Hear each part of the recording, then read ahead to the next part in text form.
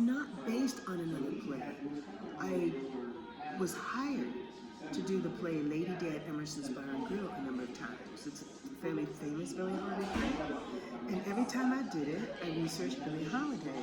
The more I researched it, the more I found that there was so much more to her than what that play portrayed. Okay, so her last album, Lady in Satin, was recorded over 3 days in, I think it's February 1958.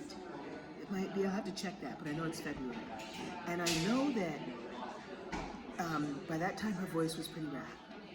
And she insisted that they use strings and a full orchestra with her work because she felt that that might help flatter the voice. But when she came into recording sessions, she wasn't prepared. Like, they had all these orchestrations and everything, and Billie's used to like improvise and stuff, but she had to sing with the orchestration, so she wasn't prepared.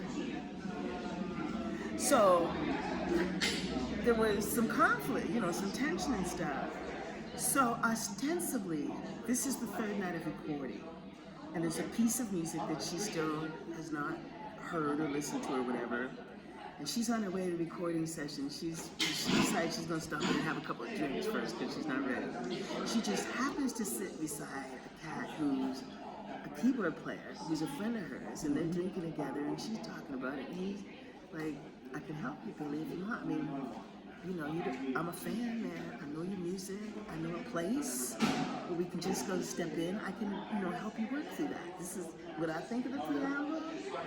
And so he takes Billie to this place where a friend of his works, where the friend has told him that he could come in and rehearse sometimes.